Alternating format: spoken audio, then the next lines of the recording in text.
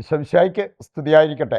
ഇന്ന് ജൂലൈ 3-ാം തീയതി വിശുദ്ധ തോമാസ് ശ്ലീഹായുടെ തിരുനാൾ നമ്മൾ ആഘോഷിക്കുന്ന, ഭാരതത്തിൻ്റെ അപ്പസ്തോലൻ എന്നറിയപ്പെടുന്ന തോമാസ് ശ്ലീഹായുടെ തിരുനാൾ ആഘോഷിക്കുന്ന ദിവസം കൂടിയാണ്. നിങ്ങൾക്ക് എല്ലാവർക്കും ഈ തിരുനാളിൻ്റെ എല്ലാവിധ ആശംസകളും നേർന്നുകൊണ്ട് നമ്മൾ ഇന്ന് ഒരു വിഷയം ധ്യാനിക്കുകയാണ്. തോമാസ് ശ്ലീഹായെക്കുറിച്ച് ചിന്തിക്കുമ്പോൾ നമ്മുടെ മനസ്സിൽ വരുന്ന രണ്ട് കാര്യങ്ങളുണ്ട്. ഒന്ന് വിശ്വാസം, രണ്ടാമത്തേത് സംശയം. വിശ്വാസം, സംശയം, ഈ രണ്ട് കാര്യങ്ങളും വിശുദ്ധ തോമാസ് ശ്ലീഹായെക്കുറിച്ച് ചിന്തിക്കുമ്പോൾ നമ്മുടെ മനസ്സിലേക്ക് ഓടി വരാവുന്ന രണ്ട് കാര്യങ്ങളാണ്. അപ്പം അതുകൊണ്ട് തന്നെ ഇതുമായി ബന്ധപ്പെട്ട് ചില കാര്യങ്ങൾ നമ്മൾ വചന വെളിച്ചത്തിൽ മനസ്സിലാക്കിയിരിക്കുന്നത് നല്ലതാണ്. സാർ നമ്മൾ പഴമക്കാർ പറയാറുള്ള ഒരു കാര്യമാണ് തോറാന, ദുഃഖ്രാന. തോറാനയ്ക്ക് 6 ആന തോടെ ഒഴുകി വരും. അപ്പോൾ അതാ സാധാരണ മഴക്കാലം, വെള്ളപ്പൊക്കം അതുമൂലം സംഭവിക്കുന്ന ചില കാര്യങ്ങളെക്കുറിച്ചൊക്കെയാണ്. ഇന്നിപ്പം അങ്ങനെയുള്ള കാര്യങ്ങൾക്കൊക്കെ ഒരുപാട് വ്യത്യാസം വന്നിട്ടുണ്ട്. എങ്കിലും നമുക്ക് തോമാസ് ശ്ലീഹായെക്കുറിച്ച് ചിന്തിക്കുമ്പോൾ ഈ രണ്ട് കാര്യങ്ങൾ, വിശ്വാസവുമായി ബന്ധപ്പെട്ട അതുപോലെ തന്നെ സംശയവുമായി ബന്ധപ്പെട്ട ചില കാര്യങ്ങൾ വചനം നമ്മെ ഓർമ്മിപ്പിക്കുന്നുണ്ട്. അത് ഹൃദയത്തിലേക്ക് ഏറ്റെടുക്കുന്നത് വളരെ നല്ലതാണ്. രണ്ട് വചനഭാഗങ്ങൾ ആദ്യം നമുക്ക് എടുക്കാം. അതുമായി ബന്ധപ്പെടുത്തിയാണ് ഈ രണ്ട് കാര്യങ്ങളെ വചനം നമ്മുടെ മുമ്പിൽ കാര്യങ്ങൾ വ്യക്തമാക്കുന്നത്. ഒന്ന് യോഹന്നാൻ 11:40. അവിടെ മത്തായിക്ക് ദൈവം കൊടുത്ത ഒരു സന്ദേശം അവിടെ കാണാൻ പറ്റും. വിശ്വസിച്ചാൽ നീ ദൈവമഹത്വം ദർശിക്കും. ഇത് തോമാസ് ശ്ലീഹാ വിശ്വസിച്ചത് കൊണ്ട് ദൈവമഹത്വം ദർശിച്ചു എന്നതിൽ ഒതുങ്ങിപ്പോണ്ടതല്ല. ഇതെല്ലാം നമുക്ക് വേണ്ടി കൂടിയുള്ള സന്ദേശമാണ്. നീയും വിശ്വസിച്ചാൽ ദൈവമഹത്വം ദർശിക്കും. മത്തായിക്കോ തോമാസ് ശ്ലീഹായ്ക്കോ മാത്രമുള്ള ഒരു സന്ദേശമായിട്ട് നമ്മൾ എടുക്കരുത്. നമുക്ക് ഓരോരുത്തർക്കും കർത്താവ് തരുന്ന ഒരു കാര്യമാണ്. ദൈവമഹത്വം കാണണോ, അത്ഭുതം കാണണോ, അതിന് നമ്മൾ ചെയ്യേണ്ടത് വിശ്വസിക്കുക. നമ്മുടെ വിശ്വാസം, നമുക്കൊരു 5 തരം വിശ്വാസത്തെക്കുറിച്ച് നമ്മൾ മനസ്സിലാക്കാൻ പോവുകയാണ്.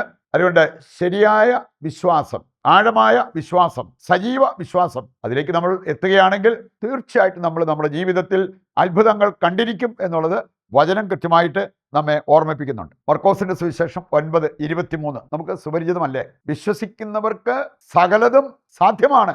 അത്ര വലിയൊരു സന്ദേശമാണ് ദൈവം അതിലൂടെ നമുക്ക് നൽകുക. വിശ്വസിക്കുന്നവർക്ക് സകലതും സാധ്യമാണ്. യാക്കോബ് 5:15 വായിച്ചാലോ? വിശ്വാസത്തോടെയുള്ള പ്രാർത്ഥന രോഗിയെ സുഖപ്പെടുത്തും, കർത്താവ് അവനെ എഴുന്നേൽപ്പിക്കും. അത്ഭുതകരമായ കാര്യം നടക്കാൻ ഈ വിശ്വാസം മതിയെന്ന്. മർക്കോസ് 16:17 വായിക്കുമ്പോൾ വിശ്വസിക്കുന്നവരോടുകൂടെ ഈ അടയാളങ്ങൾ ഉണ്ടായിരിക്കും. ഒരു ലിസ്റ്റ് കാര്യങ്ങൾ അവിടെ കൊടുത്തിരിക്കുന്നത് കാണാൻ പറ്റും. വിശ്വസിക്കുന്നവരോടുകൂടെ ഉണ്ടാകുന്ന അടയാളങ്ങൾ.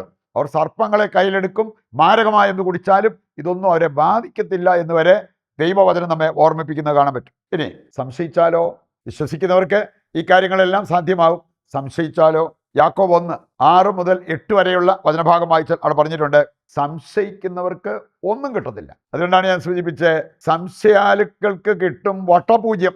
വിശ്വസിക്കുന്നവർക്ക് അത്ഭുതം കാണാൻ പറ്റും. അതിനിടയ്ക്ക് സംശയം കയറി വന്നു കഴിഞ്ഞാൽ നമുക്കൊന്നും കിട്ടത്തില്ല എന്ന് ഈ വചനഭാഗം കൃത്യമായിട്ട് നമ്മളെ ഓർമ്മിപ്പിക്കുക. മർക്കോസ് 11:24 എടുത്താൽ, വിശ്വസിക്കുന്നെങ്കിൽ നിങ്ങൾ ചോദിച്ചത് ലഭിച്ചു എന്ന് വിശ്വസിക്കുന്നെങ്കിൽ ലഭിക്കുക തന്നെ ചെയ്യും. പക്ഷേ ആ വിശ്വാസം ഇല്ലാതെ അത് കിട്ടത്തില്ല. മത്തായി 21:21-22 വായിച്ചാൽ, വിശ്വസിക്കുകയും സംശയിക്കാതിരിക്കുകയും ചെയ്താൽ, ഇടയ്ക്ക് സംശയം കയറി വന്നാൽ പോയി, സംശയിക്കാതിരിക്കുകയും ചെയ്താൽ ഈ മലയോട് മാറാൻ പറഞ്ഞാൽ അതും സംഭവിച്ചിരിക്കും. അതാണ് വിശ്വാസത്തിൻ്റെ ശക്തി.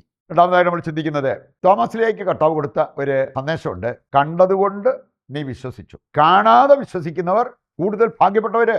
അതാണ് യോഹന്നാൻ 20-29 വചനത്തിൽ നമ്മൾ കാണുക. നമുക്കിനി അത് മനസ്സിൽ വെച്ചുകൊണ്ട് ഒരു 5 തരം വിശ്വാസത്തെക്കുറിച്ച് ചിന്തിക്കാൻ പറ്റും. ഒന്നാമത്തേതാണ് അന്ധവിശ്വാസം. അത് നല്ലതല്ല കേട്ടോ. നാശം വിതയ്ക്കുന്നതാണ് അന്ധവിശ്വാസം. ഇന്ന് ചിലരെ കാണാൻ സാധിക്കും അന്ധവിശ്വാസത്തിന്റെ കൂടെ. അതുപോലെ തന്നെ ചില പഴഞ്ചൊല്ല്, ഒരു വചനം പോലും അവർ മനഃപ്പാടമാക്കിയിട്ടില്ലെങ്കിലും പഴഞ്ചൊല്ല് ഒരുപാട് അവർ മനഃപ്പാടമാക്കിയിട്ടുണ്ട്. പഴഞ്ചൊല്ല്, 3 പേര് ഒന്നിച്ചു പോയാൽ എന്ത് സംഭവിക്കും, പല്ലി ചലിച്ചാൽ എന്തുണ്ടാവും, ഇനി വെളുപ്പിനെ കണ്ട സ്വപ്നം, ഇങ്ങനെയുള്ള ഒരുപാട് കാര്യങ്ങൾ ഈ പഴഞ്ചൊല്ല്, അന്ധവിശ്വാസം, അത് അവരുടെ മനസ്സിൽ നിറഞ്ഞു നിൽക്കുക. എസെക്കിയേൽ 16:44 വായിക്കുമ്പോൾ ഈ പഴഞ്ചൊല്ലുമായി ബന്ധപ്പെട്ട കാര്യങ്ങൾ അവിടെ പറഞ്ഞിരിക്കുന്നത് കാണാൻ പറ്റും. നിയമാവർത്തനം 18:9 വായിച്ചാൽ, 9 മുതൽ മുമ്പോട്ടൊന്ന് വായിച്ചാൽ അവിടെ പറഞ്ഞിട്ടുണ്ട്, ദുരാചാരങ്ങൾ, അന്ധവിശ്വാസങ്ങൾ ദൈവമക്കൾക്ക് ചേർന്നതല്ല. ജെറമ്യാ 2:13 പറയുന്നുണ്ട്, എൻ്റെ ജനം ചെയ്ത 2 തെറ്റ്. ഒന്ന്, ജീവജലത്തിൻ്റെ ഉറവയെ അവർ കൈവിട്ടു. എന്നിട്ട് രണ്ടാമത്തെ കാര്യം, ജലം സൂക്ഷിക്കാൻ പറ്റാത്ത പൊട്ടക്കിണർ അവർ കുഴിച്ചു. ഇതാണ് അന്ധവിശ്വാസങ്ങളുടെ, ദുരാചാരങ്ങളുടെ പുറകെ പോകുന്നവർ ചെയ്യുന്നത് എന്ന കാര്യം വിസ്മരിക്കരുത്. രണ്ടാമത്തേതാണ് അവിശ്വാസം അല്ലെങ്കിൽ വിശ്വാസരാഹിത്യം, വിശ്വാസമില്ലായ്മ. മർക്കോസ് 16:14 മുതൽ വായിക്കുമ്പോൾ ഹൃദയകാഠിന്യത്തെയും വിശ്വാസരാഹിത്യത്തെയും ഉത്ഥാനം ചെയ്ത കർത്താവ് കുറ്റപ്പെടുത്തി സംസാരിക്കുന്നത് കാണാൻ പറ്റും. മർക്കോസ് 13:58 വായിച്ചാൽ അവിടെ പറഞ്ഞിട്ടുണ്ട്, അവരുടെ അവിശ്വാസം മൂലം അവിടെ കർത്താവിന് അധികമൊന്നും ചെയ്യാൻ പറ്റിയില്ല.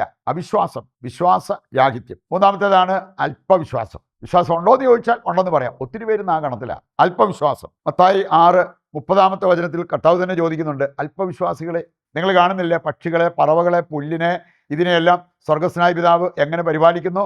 അപ്പോൾ പിന്നെ സ്വന്തം മക്കളെ അതിലും കരുതാതിരിക്കുമോ? കാര്യമായിട്ട് നോക്കാതിരിക്കുമോ? നിങ്ങൾക്ക് വിശ്വാസം ഇല്ലാത്തതുകൊണ്ടാണ് നിങ്ങൾ ഇതുപോലെ ഉത്കണ്ഠാകുലരാകുന്നത്. മത്തായിയുടെ സുവിശേഷം 8:26 വായിച്ചാൽ കാറ്റിനെ, കടലിനെ ശാസിക്കുന്ന യേശുവിനെ കാണാൻ സാധിക്കും. അത് അതുപോലെ സംഭവിക്കുന്നു. വിശ്വാസം ഉണ്ടെങ്കിൽ ഇതുപോലെ അത്ഭുതങ്ങൾ നടക്കുന്നത് നമുക്ക് കാണാൻ പറ്റും. അല്പവിശ്വാസമാണെങ്കിൽ മത്തായി 14:31 അല്പവിശ്വാസി, നീ സംശയിച്ചത് എന്ത് എന്ന് ഈശോ തന്നെ ചോദിക്കുന്ന ആ രംഗം കാണാൻ പറ്റും. നാലാമത്തേതാണ് സജീവ വിശ്വാസം. അത് നല്ലതാണ്. അവിടെയാണ് നമ്മൾ എത്തേണ്ടത്. സജീവ വിശ്വാസം. അവിടെയെങ്കിലും നമുക്ക് എത്താൻ പറ്റണം. ഇനി പരിശുദ്ധ കന്യാമറിയത്തെ അലങ്കരിച്ച ഒരു സ്വർഗീയ പുണ്യമാണ് സജീവ വിശ്വാസം, ജീവനുള്ള വിശ്വാസം. ഇതുണ്ടെങ്കിൽ ദൈവം നമുക്കായിട്ട് അത്ഭുതങ്ങൾ പ്രവർത്തിച്ചിരിക്കും എന്നുള്ളത് നാം തിരിച്ചറിയണം. അവസാനത്തേതാണ് അന്ധമായ വിശ്വാസം. എന്ന് പറഞ്ഞാൽ യാതൊരു ചോദ്യവും ഇല്ല, യാതൊരു സംശയവുമില്ല, ദൈവം പറഞ്ഞത് അന്ധമായിട്ട് വിശ്വസിക്കുക. ഇത് നമ്മൾ കാണുന്നുണ്ട്. അബ്രാഹത്തിന്റെ കാര്യത്തിൽ 99 വയസ്സായിട്ടും അവൻ വിശ്വസിച്ചത് ദൈവം പറഞ്ഞൊരു കാര്യമാണ്, നിന്റെ സന്താന പരമ്പര. 99 വയസ്സായിട്ടും അവൻ പറയണ്ട എനിക്ക് കൊച്ചുണ്ടാവും. അതാണ് അന്ധമായ വിശ്വാസം. അവന് സ്വന്തമായതെല്ലാം വിട്ടോളാൻ പറഞ്ഞു, അവൻ വിട്ടു. പുതിയൊരു സ്ഥലത്തേക്ക് പൊക്കോളാൻ പറഞ്ഞു, അവൻ പോയി. അന്ധമായ വിശ്വാസം. അവിടെ എല്ലാം ദൈവം അനുഗ്രഹിക്കുന്നത് കാണാൻ പറ്റും. ഉൽപ്പത്തി 22:16 നീ ഇങ്ങനെ ഒരു കാര്യം ചെയ്തതുകൊണ്ട് ഞാൻ നിന്നോട് ശപഥം ചെയ്തു പറയുന്നു, നിന്നെ ഞാൻ അനുഗ്രഹിക്കും. ഈ ഒരു വിശ്വാസത്തിലേക്ക് എത്തി നിൽക്കാനുള്ള കൃപയ്ക്കായിട്ട് നമുക്ക് ദൈവത്തോട് പ്രാർത്ഥിച്ചുകൊണ്ട് ഇതിൻ്റെ എല്ലാ പ്രാർത്ഥനാ നിയോഗങ്ങളും കർത്താവിൻ്റെ കരങ്ങളിൽ ഏൽപ്പിച്ച് ദിവ്യകാരുണ്യത്തിൻ്റെ ആശീർവാദവും സ്വീകരിക്കാം.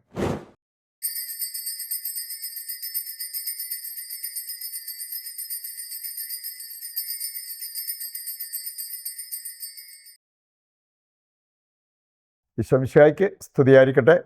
മറ്റൊരു എപ്പിസോഡുമായി നാളെ വീണ്ടും നമുക്ക് ഒന്നിക്കാം. ദൈവം നിങ്ങളെ സമൃദ്ധമായി അനുഗ്രഹിക്കട്ടെ.